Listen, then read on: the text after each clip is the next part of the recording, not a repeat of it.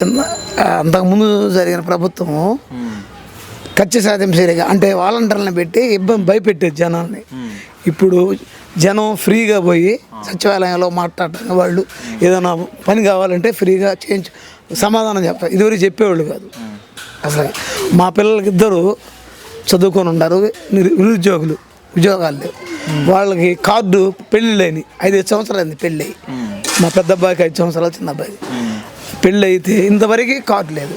ఇప్పుడు వస్తే కొత్తగా ఇస్తామన్నారు ఇప్పుడు వచ్చిన గవర్నమెంట్. అంతకుముందు వైసీపీలో అయితే మీకు కార్డు రాదు, నేను రిటైర్డ్ అయిన ఎంప్లాయీని, నేను వాళ్ళకి ఇంతవరకు ఆశ ఏం లేదు, పంచుకోవాలా, విడిగా ఉన్నారు. వాళ్ళ కార్డు ఏమిటి మేము ఏమన్నారు అప్పట్లో. ఇప్పుడు వీళ్ళు ఇస్తామని సమాధానం చెబుతున్నారు, వస్తే మాకు కూడా ఇస్తారు. అదొకటి. ఇంకో పని ఏంటంటే సచివాలయం పోతే సమాధానమే సరిగా ఉండదు. ఇక్కడ మా త్రావకుండా సచివాలయంలో సరిగా ఉండదు. ఏది అడిగినా సరే పలానాడు ఇక్కడ లేడండి, ట్రాన్స్ఫర్ అయిపోయాడు, ఆయన వచ్చిన తర్వాత చేస్తాము అని చెప్తున్నారు. మేము ఇంకా మాకు తెలియదు కదా, మేము మెలకుండా వచ్చేస్తాము అడగకుండా.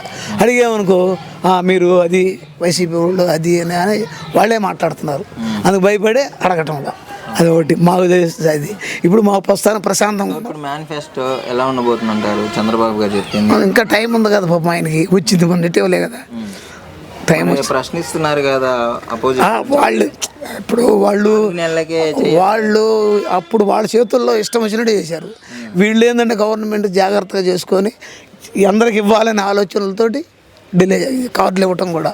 కార్డులు ఇస్తా ఉన్నాడు, గ్యాస్ ఇస్తా ఉన్నాడు కదా, చూడాలిగా మనం. తొందరగా అయ్యేది కాదు కదా.